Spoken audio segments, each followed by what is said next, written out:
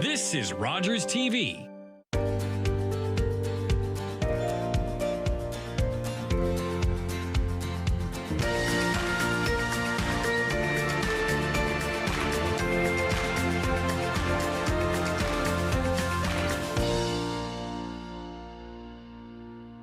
Good morning. Welcome to Grey County Life at Home. I'm one of your hosts, Rhonda Brown, and we have Mary Jane. Good morning, Mary Jane. How are you? Oh, good morning, Rhonda. And it's good to see Charlie Brown. Now we can actually see him today with the pink and black contrast. Yes, he is a handsome devil this morning. He does have a spa day scheduled in the next 2 weeks, and not a moment too soon. I got to tell you, this guy really needs a trim. But he's enjoying the fabulous weather that we had yesterday for sure. Today, not so much, but at least it's on the way, right? Right. And your comment about our pink. So Mary Jane and I are wearing pink today because I watched on the Facebook this morning, Jackie Ralph from our Canadian Mental Health Association doing her Wacky Wednesday video, which I've just loved. She's just a ray of sunshine, that lady. And she mentioned the International Day of Pink. And I'm going to read this just so that I get it straight. But the International Day of Pink is a worldwide anti-bullying and anti-homophobia event held annually during the second week of April. Though similar to the Pink Shirt Day in that it also seeks to end all bullying, the Day of Pink is more specifically aimed towards the LGBTQ plus bullying. So we're all in favor of that. Bullying of in any respect is just wrong. So yeah, we wanted to do a shout out and wear our pink today. And although I gotta say, mine looks a little washed out this morning, but that's okay. It's an old pink sweatshirt. But yeah, it's been a pretty eventful week and lots of sunshine yesterday, but it does seem like there's an awful lot of COVID-19 in our community these days. What do you think, Mary Jane? Well, we are into the sixth wave, and other restrictions have been eased up. And now it's up to the individual to assess their risk management. So it's up to each and every one of us to determine what your risk management is going to be in any situation. And those people over 60 are now eligible for the fourth booster, although you do have to have a 5-month interval from your last shot to the booster. So, but if you're age 60 and over, you're eligible to start booking. Now, just check in with the portal and your public health to find out when it's coming to Grey County. Right. And you know, when we say that we're self-monitoring and taking care of ourselves, you know, I did actually have an exposure to somebody who did a day or two later, I think 2 days later, did test positive with the rapid test at home. So I did isolate from people and I did do a self-test, a rapid test on myself, and I've tested negative. Yay. And I feel fine. Yay. Yeah. But boy, it sure does slow things back down again and make you think about what you're doing. Well, I think it's really important. Everywhere I go now, which I don't go out a lot, as you know, I'm still pretty cautious, but the rapid tests are widely available. And I think it's really important that whatever store that you're in, if the tests are available, to make sure that you have them and that you're using them. Because now we're in a situation where the sixth wave is going to be more critical than what we've already been through, simply because we just want to be out and about. And things are open. And I've noticed in the 2 shops that I've been to recently, all the staff are taking all the precautions and wearing masks. Some of the patrons are not. So I think that we really need to be managing our own risk assessment as to what shops you're going into and how long you're going to be there. So if you're popping in and out, or if you're going to be there for a while. And of course, restaurants, I mean, all the businesses want to thrive and survive, or survive and now thrive. And they're, I think, are being cautious too. We just need to be respectful of the choices that people are making. Yeah, I mean, it's funny. I remember seeing people in China wearing masks in pictures sometimes online, and always thinking, oh, that seems so silly. Why would you do that? Or what need could you possibly have? But I wear my mask when I'm out and about now, and I know we don't have to, but I feel like I am protecting myself and others by wearing it. So I'm okay with it. I mean, I don't understand judgment of anybody. I mean, what do you care if somebody else is wearing a mask or not? And if you're not comfortable being out and about, like you said, if you're a high risk person and you're not comfortable, by all means, do everything you need to keep yourself safe. Because it doesn't seem like it's going to absolutely go away. So it's just something we need to learn how to live with. Well, I think our community has done a pretty good job so far. And with the warmer weather and the opportunity to be outside and to be more playful, is also a time where you want to socialize. And I think just bearing in mind what is the comfort level of the folks that you're wanting to socialize with. Yeah, absolutely. And, try to have compassion for others, because if you maybe think, oh, they're being so foolish, or they're taking unnecessary risks, well, maybe that's because they're going crazy. We're losing it. So maybe they're out today because they just need that human connection today, and it does trump stuff sometimes. Have some compassion. But we've got we have a very interesting show today, and we are looking forward to our guest. The first fellow is Joachim Ostertag, and he is here to talk about Earth Day. So that's exciting and something to celebrate and enjoy, looking forward to. So we will be back after these messages on Great County Life at Home.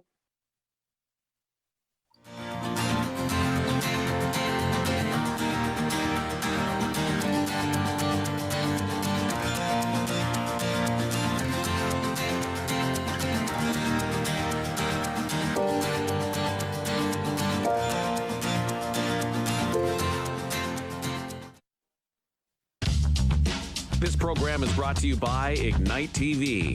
Now you're in command. Visit Rogers.com for more details.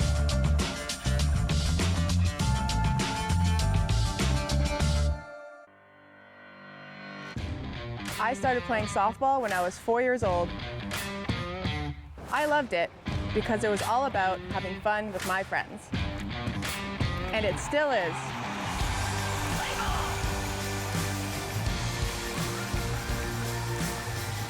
From little kids to adults to seniors, softball is a sport for everyone. Join us.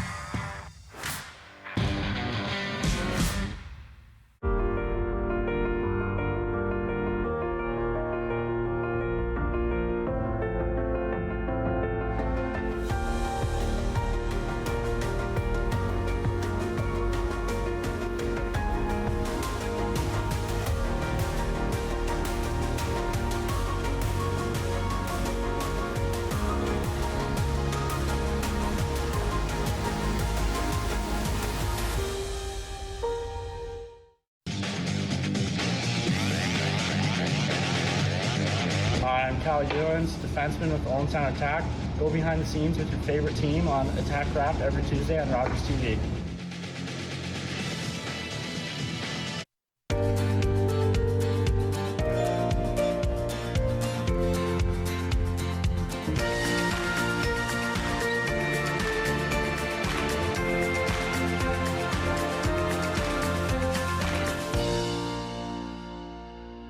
Welcome back to to Grey County Life at Home. I'm one of your hosts, Rhonda Brown, and we have the lovely Mary Jane Murray and Shirley Brown's along for the ride. We are here to talk today about Earth Day, which I'm sure you're aware of. I don't know anybody, you'd have to have been living under a rock to not know that Earth Day is in April every year. But what you may not know is that Owen Sound has got an exciting day planned for us. And we've got Joachim Ostertag and Danuta Vallot, and they are part of the organizing committee for the events of Earth Day. And we're going to let them tell us all about it. Welcome to the show, guys. Yeah, thanks for having us. Yes. It's really great. We've got big plans coming. Yeah, I can start with it. So officially, Earth Day is the 22nd of April, but because we want to have this as a really family-friendly and engaging event, we decided to have it on the 23rd of April, which is a Saturday. So in the morning, there's farmers market as always. So the event will start at 1:30 after the market. And actually, the first thing that will happen will be really exciting. It is a water ceremony with Shirley John on the other side of the river, just across from the art gallery. So that would be a really neat thing to go to and to experience a traditional water ceremony by an elder. And then at 2 o'clock, the event at the market will start under the canopy and around the market with lots of vendors. We have over 30 vendors or booths, people who show different things. There will be activities for kids. There will be information about climate-friendly things we can do in the home and everywhere. So it'll be a very engaging part of the event at the market. And there will be lots of things going around the market as well. And then at 3 o'clock, we have a parade. And the parade will go around the river, over 8th Street, back on 1st Avenue West, and then back to the market, where people and particularly children can show off their masks and their paper mache animals, all kinds of costumes, face painting, and so on. And we have stilt walkers, and we have a band that will kind of lead the whole thing, a saunter band. Then you can talk more about it later. So it'll be a really exciting kind of parade going around the river to celebrate Earth, celebrate our planet. And then we have a concert starting at 4 o'clock with Drew McEver and Coco Love Alcorn, who most of us know. I think almost everybody knows them. It will be at 4 o'clock, a real big concert for 1 hour. And then we have a closing song with Paul Nachawan from Neashi Inigming. Wow. So this is kind of the rough framework. Wow, that is a huge day. Oh my goodness. It sounds like lots of events and lots of things that people could come and partake with. And all in 3.5 hours. I think that's amazing to have Shirley John come and do a water ceremony, did you say? It's called Yes. A water ceremony. That would be very interesting to see and to participate in. That will be lovely. Yeah.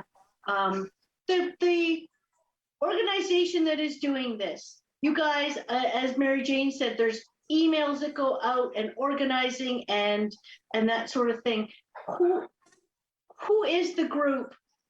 And because I think that your name changed in the last little while, and then that could be 2 years ago because my memory is dreadful, but I know that there have been some changes to our Earth Aware people here in Owen Sound. Can you tell us more about the people that are organizing this? Would you like me? You're welcome. Yeah. Okay. We're all active in many different groups. So people come together with ideas and they join up with each other and we carry out projects. So I'm involved with the Georgian Bluffs Climate Action Team and I live in Georgian Bluffs. And Joachim is involved with the Climate Action Team in Owen Sound. He lives in Owen Sound. And we also have Doug Crocker, who lives in Chatsworth, who is an independent agent, but really interested in the whole scene. And he has a website or a Facebook group called Sound the Alarm, and he's doing a lot of work through that on his own. So there's Doug Crocker, Doug Cleverly, who is known by some people locally because has lived in Orangetown for quite a while. And he's involved, and he's a very community-minded and active person in organizing things, and a wonderful person to have on our committee. And Noelle Rancourt is the other person on the committee who lives also near Chatsworth and has an interest in events and in also in doing something positive about climate change, looking for solutions and looking for conversations and raising awareness as to the importance to address what people see as being, a crisis. And what we want to do is really try and bring a positive and a solution-oriented and action-oriented slant to this, to try and encourage people to come out and meet each other and see all the good things that are happening in the community. We have a lot of amazing groups here that they are doing their thing, but a lot of people don't know they exist. And also know how we end up in our own grooves where everyone we speak to, we agree with. And I really feel like it's important to try and invite the community in, and hopefully lots of people will come, because we're planning a festival. We're planning a really exciting time and a lot of things like live music and a parade. But we've got over 30. I mean, it's astonishing. We never thought we would get over 30 community groups coming in. And they are everywhere, everyone, like from the Grey Sauble Conservation Authority to the Owen Sound Waste Watchers and everything in between. We've got a lot of organizations, public library, the public health unit. We've got the Durham Art Gallery. We've got, I can't begin to describe the range of booth holders that are coming in, not to sell anything, except ideas and conversations and positive solutions. So it's a matter of coming down and meeting these people and talking and all this stuff that's going on. It's trying to engage families and children so that people can come and everyone can have something that appeals to them, and at the same time find out stuff and enjoy themselves. So I think it's both a celebration as well as a really important community event. Well, I find that it's also a learning tool. Every time I talk to Wacom, I always learn something new and I start to make changes, because I think that we don't always see the bigger picture. We live our lives just the way we always have. And then something in the conversation will spark a new way of actually doing something that's going to be more environmentally friendly. And so I think that when you have this wonderful gathering coming together and people talking to each other, even if you come away with doing one thing or two things differently in your daily life to actually preserve and try to mitigate climate change just within your own little household or environment or your neighborhood, I think that for me, it makes me feel more important that I'm actually contributing. And Wacom is a really good instigator here to keep things going and moving. And I really appreciate the fact that this is inclusive for the entire community, this event. Yes, it is. That is the basic idea behind it. Because what happens, people of all ages and all backgrounds hear about climate change and the need for action, and we talk about climate crisis. It's all very dark stuff, and we all feel kind of disconnected. We are in our homes, just as you said, Mary Jane, right? We have our lives, and we don't often know what to do. And so the first thing that often we need to address is actually coming together.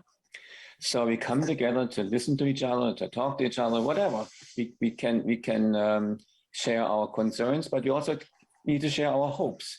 And this event, we try to have it as a really hopeful one, because hope is the thing that drives things forward.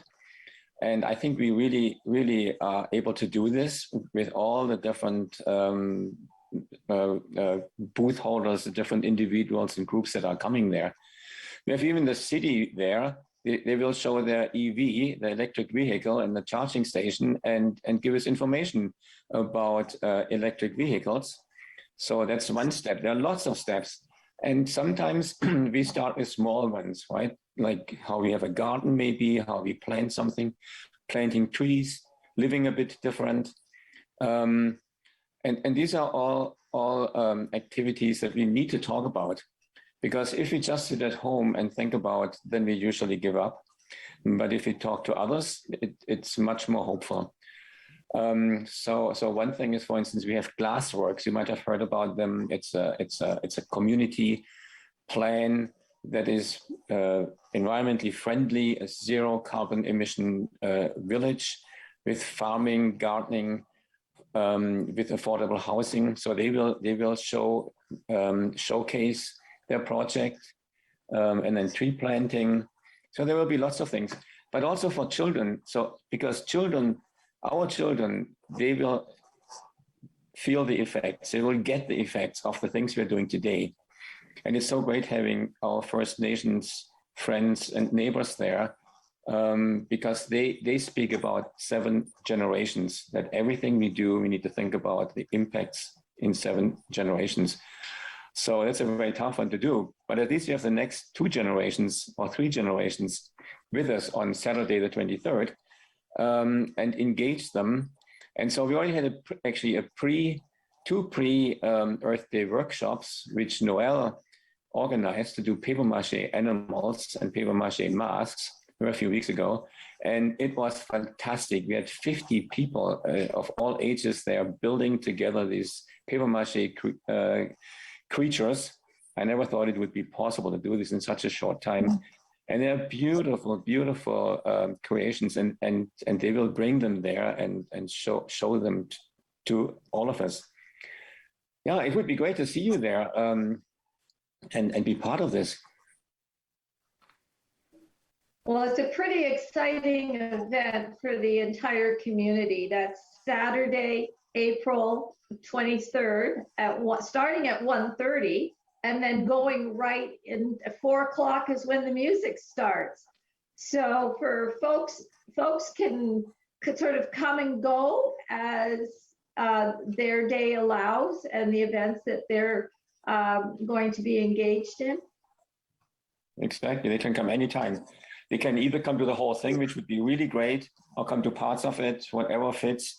And actually, there will be more music. So the big concert with Coco Love will be at the end, but in between there will be choirs and bands playing as well. So it's like a festival. It's a bit like a fair. It's a fair where you can experience and see and talk about all kinds of stuff. And it'll be an opportunity for our local people to find out how they can engage with the groups that are here and what's happening on the ground. Exactly. What are some of the other initiatives that you've started here? People that are going to be represented there, you mean? I guess, yeah. And other ways that people can maybe get in contact, or do you have meetings once a month? How do like-minded people, how did you get together to even think of this great day that you've got planned? We like to do things that are going to be attractive to people, and marches don't seem to achieve that. And it's not everybody's cup of tea. And I think what we want to do is be open and make ourselves available to talk to and make things happen. So that's where this idea came from, which it's just blossomed into being something that's really quite an ambitious project. And it's quite exciting to look forward to. But yes, there are local groups that meet monthly. There are climate action groups in almost probably 8 or 9 municipalities in Grey County that are all part of a network. So we actually, all of us meet monthly as well as what they call the Climate Action Network, Grey Bruce, which Grey County is part of the membership that joins, and we talk together, which has been great to have that connection. So Grey County is going to be there with their climate action plan that they are having nearly at the approval phase up. In fact, I think on the 20th, Grey County is voting on accepting that plan. So there's lots to be involved in. If people really want to get involved in climate action, there is a monthly broadcast. It's like a webinar called the Climate Forum. And that is really intended to be for anybody to join. And you can get the link to join it through the sustainability project, or used to be Grey Bruce Transition Sustainability Network. Yeah, but now it's called the Sustainability Project, or also through the Facebook page, it's called the Climate Forum. And that is, they get speakers to talk about different topics every month. And it's on the third Thursday of every month. And that's an excellent thing to tap into, just to actually find out what's going on and to listen to all sorts of different, like they had one on electric vehicles, they had one on regenerative farming, they had one on community gardens, they have one on ethical investing. So it was actually been very successful, and I've found it a really interesting, and that's just to reach out to the whole community in general in Grey and Bruce. And so there's people that run that, and Joachim's one of the people involved in that one, in just offering information to people. So you can join a group, or you can attend these webinars and find out other things that are going on. And groups in the community like Neighborhoods North, who people know about them. They planted the trees, the forest around the hospital. They're negotiating now with Grey County on planting out that big lawn they have. They have made it possible for Owen Sound to achieve Tree City of the World status, or they've been working with the city over that, which is really exciting. So very exciting. A lot of people volunteer with them and just go out and work with them. And that's a very practical, because some people would much rather go out and do things than sit in meetings. So there's got to be something for everyone. And we'd like people to meet these groups. So like the Owen Sound Waste Watchers do, they have a really interesting group, and they're going to be there. I think one of the things we're running out of time, and I know Rhonda's going to cut me off in any second. But the more people who are engaged in these groups and start really taking some thought and some action, it actually impacts the policies and procedures from the municipality and from the city of Owen Sound. My Uncle Cheney was one of over 150,000 Indigenous children that were taken to residential schools between the 1800s in 1996. My uncle ran away from school wanting to get home to his mom and dad, and sadly he didn't make it and died of exposure. When Gord Downey found out about my late Uncle Cheney's story, he wrote Secret Path, a series of poems that became an album, then a graphic novel, a documentary, and a concert. Gord met my family, and together we formed the Gord Downey and Cheney Winjack Fund. Together, we are sharing Secret Path and other reconciliation resources with legacy schools, setting up legacy spaces across Canada, and hosting events like Secret Path Week to inspire all Canadians to engage in reconciliation. Before he left us, Gord asked us all to do something. You're gonna figure it out. Will you join us? Together, we can make Canada a better place.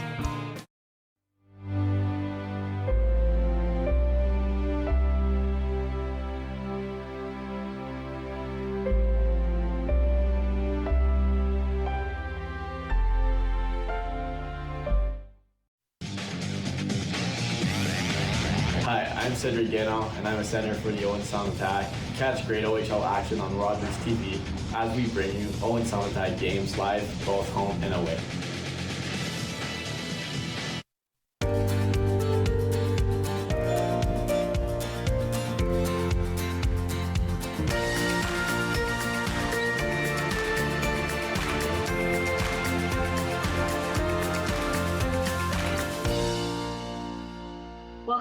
Grey County Life at Home. And partly on the theme of Earth Day, we've got some information about what's happening in our local libraries.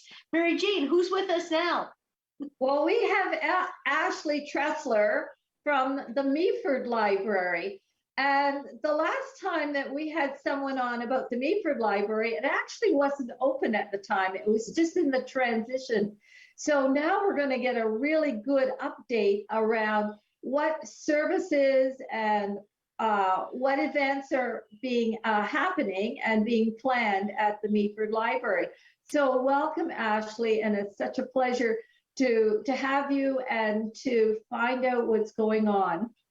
Wonderful. Thank you for having me. So tell us about, go ahead. First of all, how long has the library been actually open now? We've been open in our new location since about, I think it was November 2020. So about a year and a half now. We've been sort of open and closed a bit with COVID regulations that have happened, of course, but the new facility has been open to the public since November 2020. Okay, and so now are you fully open in terms of your programming? Yes, we are back open. All the COVID restrictions have been lifted so that we are able to, we're able to have all of our in-person programming back. We have story time, which has just happened this morning, one of our most popular events that we have here. So it is back in person. So everyone can come, no registration needed now. Come in, enjoy story time on Wednesdays at 10:30, and we have a little craft at the end as well. So people are able to have fun with the craft. Nice. Well, I think what I was reading on the website is that you have kind of a tagline for the library: open doors to the world of information, education, and recreation. And did I get that correctly? I think it's recreation, yeah. Yes. So I think that what the message that you're trying to send to your local community and maybe the community at large is that you're just a warm, welcoming place for a lot of different things. Absolutely, yes. We welcome everyone to come to our library. We have events for kids, for teens, for adults, for everyone. We have, we like to say that we're so much more than just books at the library. There's lots of activities. We have crafts for adults as well as kids. We have different events. We have book author talks. We have CVITP, which is our community information volunteer tax program. So people can come in and get their taxes done if you have a simple or modest income. So we provide that service. We provide so many services. Actually, if I can talk about a couple of them that are coming up, we have in May, we have Service Canada that's actually coming to the library. So what this is let me just read the little blurb that I have here. It says, Service Canada representative will be available virtually to provide advice or guidance on accessing Service Canada programs and services related to employment insurance, the Canada Pension Plan, and old age security. So between Meaford and Owen Sound, Blue Mountains, I believe, or Collingwood and Owen Sound, there isn't a Service Canada location. So they are going to be providing virtual appointments that you can register for here at the library. And you can meet with someone who can direct you where to go, so you're not calling those numbers, waiting online forever. So that's something neat that we're able to provide here at the library. So there's a little bit of everything here. Yeah. So can I just ask you a question about Service Canada? So is this a person to if it's virtual, but a person to person conversation as opposed to a large group? Yes, it is a person to person. So you'll register for a 30-minute appointment. And what we're going to have happen is they're unable to meet in person with their COVID restrictions right now. So we're going to have a meeting room set aside. The facilitator will be on a Zoom call. When your appointment is up, you'll just go in, you can chat one-on-one with her, and you'll have a live person to chat with. And she can direct you where you need to go. She can book some appointments, I believe, for you if needed. And so it's a one-on-one appointment. So it's fantastic. That is an amazing thing to offer. My goodness, between the idea of not being able to get out and people who maybe don't have the facilities at home to do Zoom and maybe are a little bit intimidated by doing it, what a fantastic idea. Is this the first time you guys have done that? This is the first time this will be happening. Yeah. So we're very excited to offer this. Yeah. Yeah, brilliant. And I have to say, I have done a tour of the Meaford Library when it first opened after November. And gosh, it is so bright and welcoming and a happy looking place when you walk in. It's a gorgeous library. Thank you. We're very happy. It's a fully accessible building. So everyone can access everything. And it's a great, as I mentioned story time earlier, if you're a grandparent or if you have a broken leg, say, or you're a mom with a stroller, those were some of the challenges that we had in our older facility where there were stairs to get downstairs. And now it's all one level, no stairs in the building. Everyone can access everything. So it's fantastic. Really nice. Well, I think that's really important for our growing community, and of course, our accessibility legislation that's coming in through the province. But what that does is it just makes it inclusive for everyone. Absolutely. And I also, checking on your website, you have something called a day use parking pass for various locations and activities throughout the county. Yes, I don't have all the specific details in front of me, but we do have 2 different parking passes. One is for the Ontario parks, and the other one I can't think off the top of my head now, but is for more the local parks. So what you can do is you come in, you can borrow it with your library card, and then you can go to these parks, place it in your window, and you get free parking for the day. What a great idea. Pretty neat, eh? Yeah. Because not all families have the financial resources to do some of these day trips. And of course, an extra cost for parking may or may not make the decision as to whether or not a family could go. Absolutely. I know some of them are at least $10 a day for a park, like to park for the day. So I mean, it can be something if you're just wanting to go and you don't have, the financial resources for that. That would be, we offer that, and you're welcome to come and get one with your card. And we have no non-resident fees here at the library. So anyone in the entire world is welcome to get a card. So we're inclusive for everyone. So non-residence fees, that means that you don't pay an extra fee if you're not in the municipality of Meaford. Nope. So we just ask that you bring your photo ID and something with your address on it so that we have your correct contact information, and as we are taxpayer supported. And then you're welcome to get a card. So we have a lot of seasonal people, tourists who come through who can get a card. If you're an exchange student, say, you're only here for a few months, you're still welcome to get a card. We have a lot of just people from all over the world that can come here. I mean, sometimes they're just passing through, sometimes they're here for a few months, but you're welcome to get a card. No fee. Well, Meaford is a seasonal community as well, and you have a flood of cottagers and visitors coming into the Meaford area who may be staying for a month or 2. Yep, absolutely. And they're all welcome to come in, use our resources. I mean, we have fishing poles for in the summertime, snowshoes in the wintertime. Some things that we've noticed is with, say, the online schooling that's been going on, or someone who's new to the area, doesn't have their internet set up yet. We also offer Wi-Fi hotspots. So you can come in and get a Wi-Fi hotspot, borrow it with your card. So lots of different resources that we have that you're welcome to use with your card. My goodness. And I also checked, I saw the word movie. So you're having movie afternoons or movie evenings? We're going to have a National Canadian Film Day coming up, and that is on April 20th. So on that day, it's a celebration of Canadian cinema. So we are showing at 11 a.m. for the adults, Run, Women, Run. And at 3:15 for the kids, we have a movie called Snow Time. And everyone can watch the trailers and get a little preview on our website, www.meaford.ca/library. So you can go on there, see what the trailer's about, and then on the day of, come in and we're showing a free viewing of those movies. And then I believe on May the 4th for Star Wars Day as well, we're going to have Star Wars movies playing all day too. So you're welcome to come in and view those as well. Lots of fun. We love May the 4th. That is a fantastic idea. You know, it just speaks to the idea that libraries really are, they're a hub for a community. And they've had to adjust over the years. I mean, everything's online, you know, Kudo,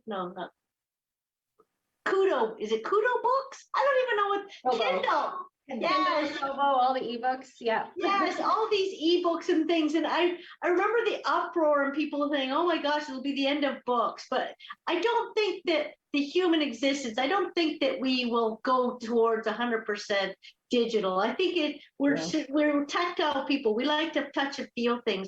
But the libraries have really, you know, become a place where you can do so many different things, and you've really had to the famous word that we've been using with COVID is pivot, you know.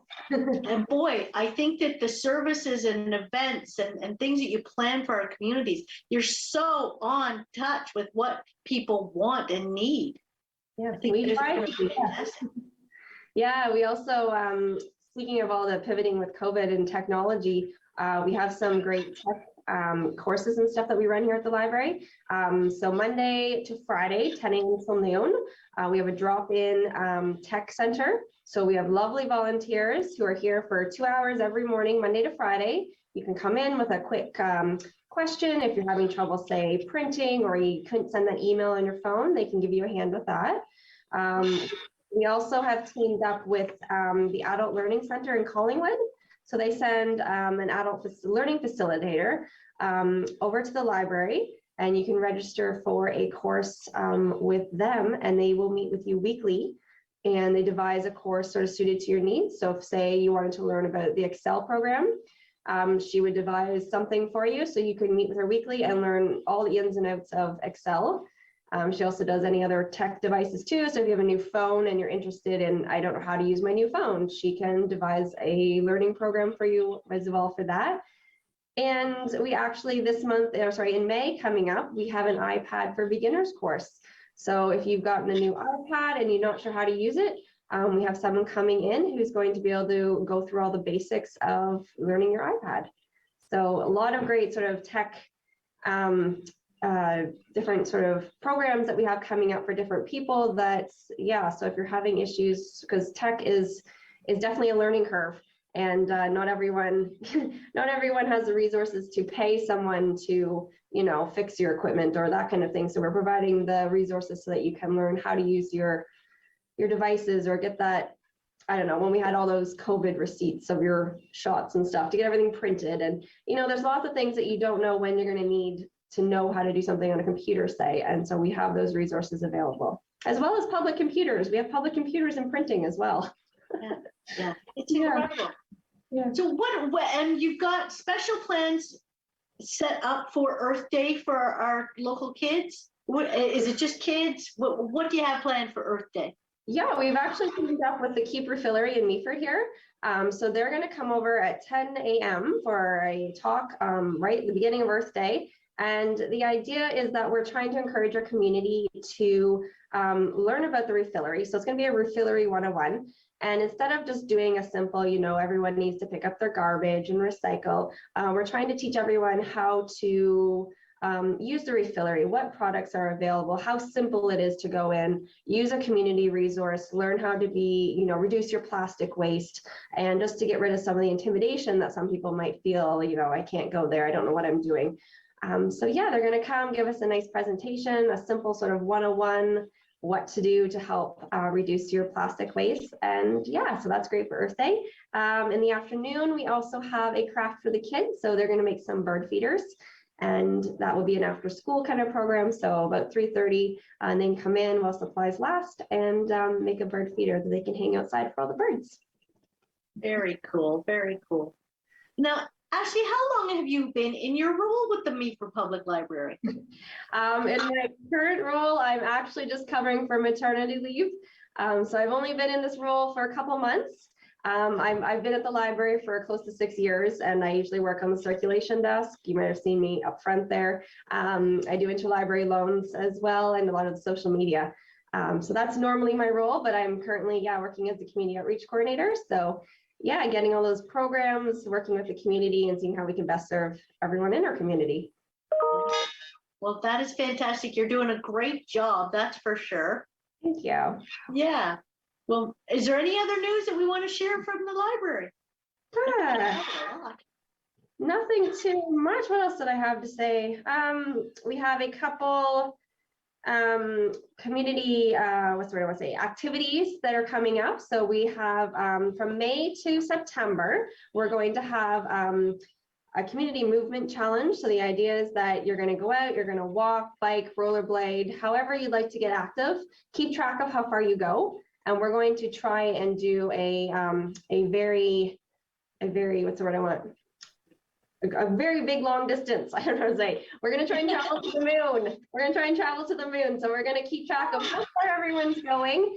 And we're going to have a little display in the library with a little rocket ship going up. So I want everyone to just keep track of how far they're moving, be active this summer, and we'll see if we can travel. It's 363,000 kilometers. I'm not sure if we'll quite get there, but it's a fun goal. Let's make it entertaining. And actually, at the end of May, we're also teaming up with a local business called Hills, and they're going to come to the library in our little lovely little parking lot that we have, and we're going to do a bike tune-up and a fitness ride. So I'm right after the May long weekend, people usually, getting out their bikes, and you got a flat tire or something, you're not sure how to pump it up, or there's something simply wrong with your bike. You can come in for a basic bike tune-up. And then we're going to go for a little fitness ride. So everyone can just, we haven't planned it all out quite yet, but it's going to be a fun little event for the community. So all ages welcome, come and have some fun. We'll get moving, we'll get our bikes ready for the season, and it will be a great event. Yeah, it sure will. That's a fantastic idea too. I mean, gee whiz, you're right. As soon as you pull that thing out of the old shed, and you got to brush off the cobwebs before you go and check the brakes, whatever you do. Absolutely. Oh, that's fantastic. Thank you so much, Ashley, for coming and talking to us about the Meaford Library and what's going on there. And we'll have to remind people that Earth Day, really great information about the local refillery, which is, I think that was quite interesting. I think that's a great thing to work towards. I know that my own family, my kids are always saying, not so much plastic, Mom, stop using plastic. So it is, you get to wrap your brain around it. So thanks so much, Ashley. And we hope you have a great Earth Day, and go visit the Meaford Library. It sounds like they've got a lot going on. We'll be back after these messages on Grey County Life at Home.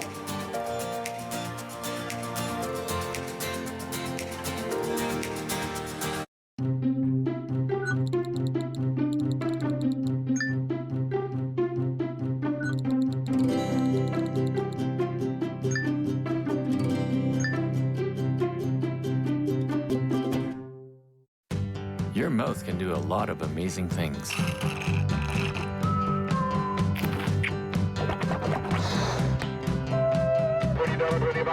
And your mouth can save a life. Hi, I'm Tom Wong. I'm just one of close to 1,000 Canadians in search of a stem cell match. We need your help. A simple swab is all you need to register on the National Stem Cell Database. You could be the one to save a life. Find the hero in you.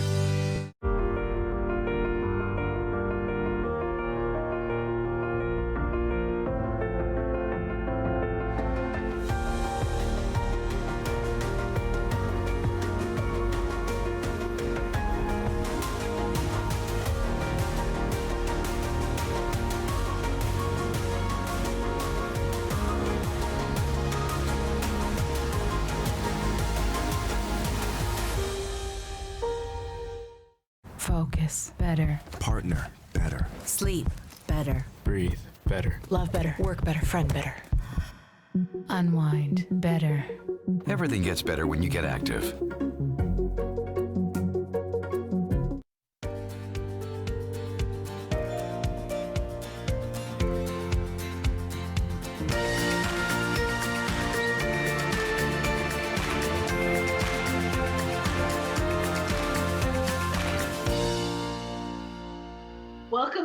in County Life, we have one of our favorite segments. It's the Adorable Adoptables with Renee. Oh my goodness. Tell everybody when these guys were born, Renee, because I think that is just so sweet. Well, these are Valentine's Day kittens, which is actually really early for us to have kittens starting to be born at the shelter. Ironically, their mother's name was Cherub, and we did not name her that. She came with the name, and then she gave us a little Valentine surprise. So there you go. Luckily for us, there was only 2. And these little guys are both males, which makes things a little easier sometimes. We have this one, say hello, and he's a very long-haired, little monkey.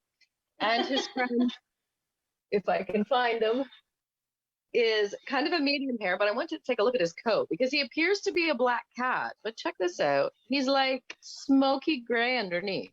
Oh, wow. Yes. So I feel like there's some Persian in these cats. I mean, often when they come in, mystery pregnancies, we never really know who dad is. Mom is a short-haired cat. She doesn't appear to have any fancy breeding in her. But these guys, I think, are got somewhere in their heritage some Persian. And the reason I am suggesting that is they have smaller little faces, if you can kind of see that. And they have a double coat, which is typical to the Persian breed. And additionally, that double coat has that smoke gray on the bottom. And if I can get this little one to sit still long enough, come here, can I just, you can see there's the smoke gray under here too. So the hair underneath is actually a little shorter and fatter, coarser, more like rabbit fur. And then the hair on top is its own unique hair, longer in length, but finer, which is sometimes typical of the Persian breeds. Now, of course, if you are looking for a Persian, I'm not going to tell you this is a Persian, and I can't guarantee anything at all. But if you have a preference, or if you've been looking for a specific breed, sometimes persons have allergies to particular breeds of cats, and maybe a Persian is something that you can tolerate. These might be your guys. I like to mention that because people are not aware when they have an allergy to cats that it may not be all cats. Yeah. My husband, for example, who works here at the shelter with me, as you all know, has an allergy to Himalayans, and people don't know that. In fact, we didn't know that until he spent some time with some here at the shelter, and he actually will get welts from a Himalayan cat. Now, this works out well for us because it's how we determine the breed. We rub the cat on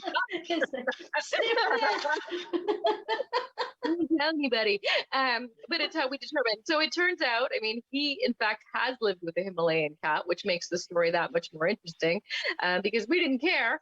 But perhaps these cats may have a different saliva or a different dander to a different cat. So that is something that I like to mention when we have somebody a little different, that it might be an opportunity for somebody to come and sniff it, rub it, and see what happens, just to see, for the sake of seeing, right? Some people believe that a Siamese cat has a different allergen, sometimes the Russian blues.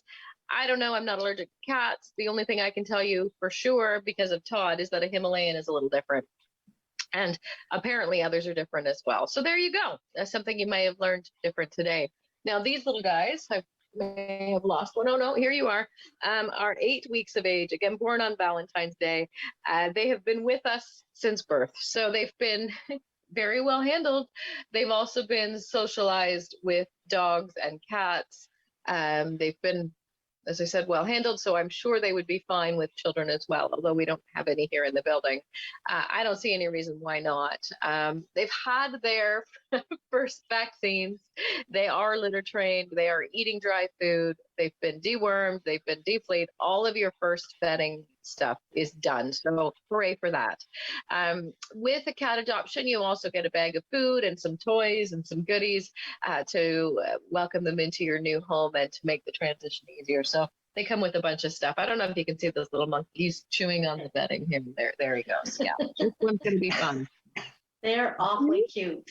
They are, and they are the beginning of kitten season. So we should mention that if you are looking for something like these guys, give me a call right away. If you have something maybe a little different you're looking for, it's okay to still call me. In fact, we want you to. If, for example, you wanted an orange female, and we don't get an awful lot of those, give me a call, and I would give you a call when we had one, and we could connect you so that you get an advantage. Once I post them online, anything can happen. But additionally, it gets the kitten out of here a whole lot faster. Now, these guys are obviously quite happy here. They've been here since they were born and don't know any different. But sometimes those little guys missing their mom can get stressed out quite easily, and we don't want that. We want to see them move out of here as fast as they can into your new home.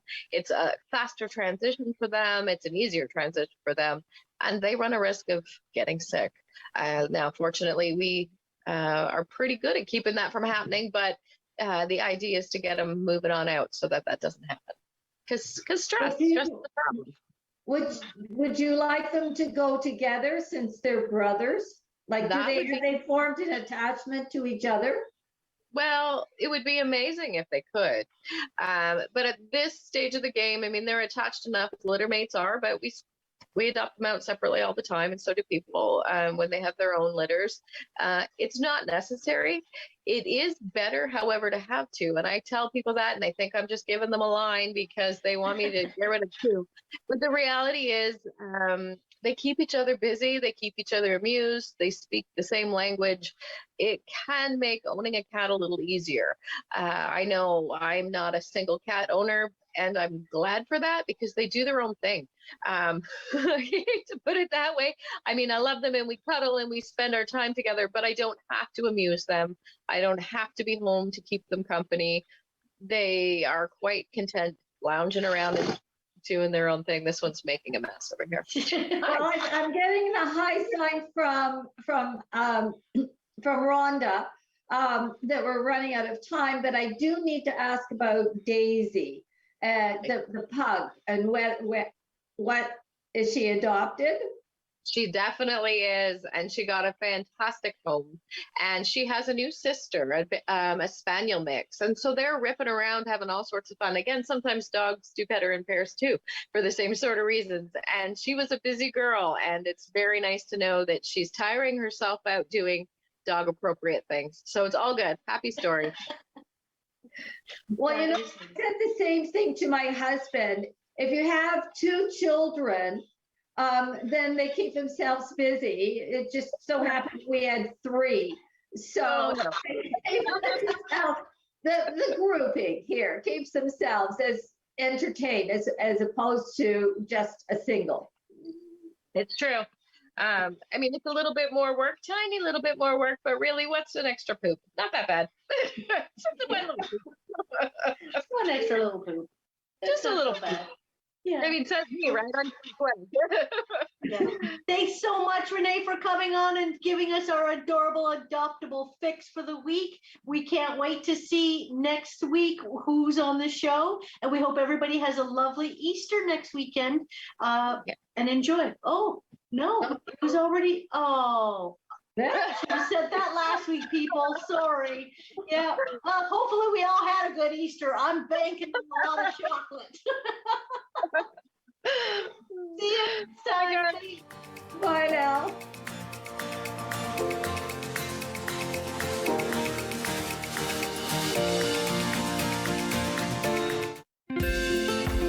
Call the Rogers TV viewer response line. Email us or connect with us on social media.